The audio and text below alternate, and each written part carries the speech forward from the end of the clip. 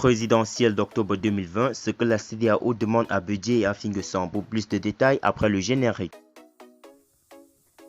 Avant de commencer, abonnez-vous à la chaîne et activez la cloche de notification car cela va vous permettre de ne plus manquer les prochaines vidéos. Let's go!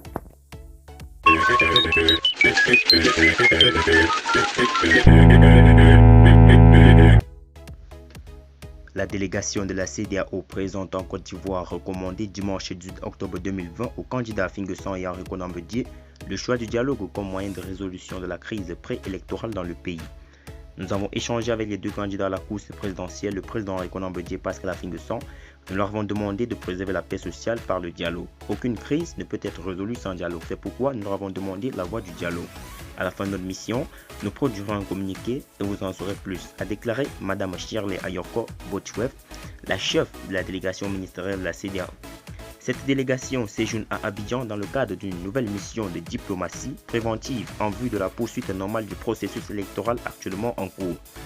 L'opposition ivoirienne, représentée au plus haut niveau par les candidats Henri Konan Bédié du PDCI-RDA et Pascal Finguessan du Front populaire ivoirien, est formellement opposée à la candidature du chef de l'État sortant, jugé non conforme à la Constitution qui limite à 2 le nombre de mandats présidentiels.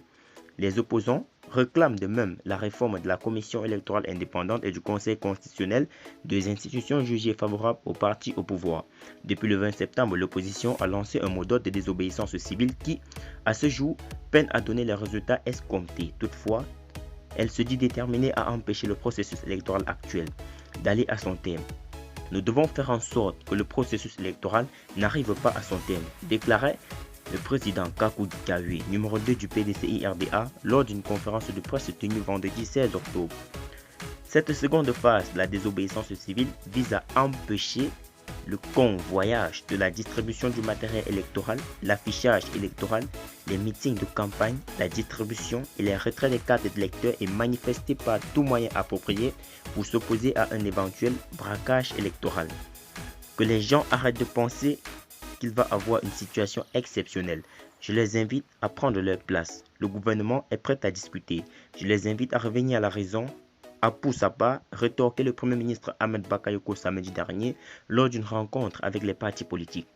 À cette rencontre, boycottée par le PDCI, le Front populaire ivoirien et EDS, le chef du gouvernement ivoirien a invité de nouveau Henri Konan Bédié et Pascal Finguessan à la suspension du mot d'ordre de désobéissance civile.